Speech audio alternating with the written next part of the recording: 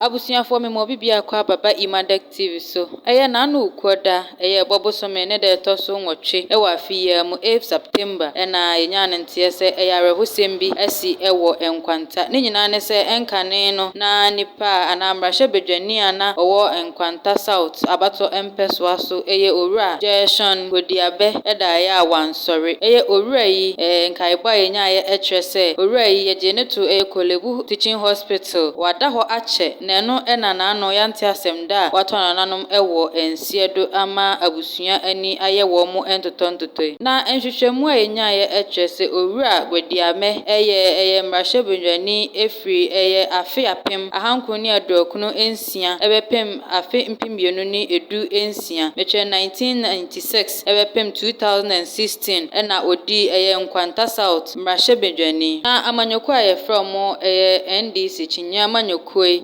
eye nsem bi ebetu dwa se eye owura yi a wato nananom ewo nsiedu oye obi a onimde oye obi oye committed oye selfless na afa so se ye ba na adwumaden pa owura yi edimu eye adwuma de eboa oman yi ya arehosem se ato no ama ebi aka abusuafo Imadeck team ema abusua ne nyina hyeden de mpanifo eka wo mo asem bi se nyame no de ma na ono anso na ogye no yeden a obi a ebekọ entin ne bre na aso na wo ko entin no mo hyeden pa abusuafo medamase emammo ene hwe ne tia adehye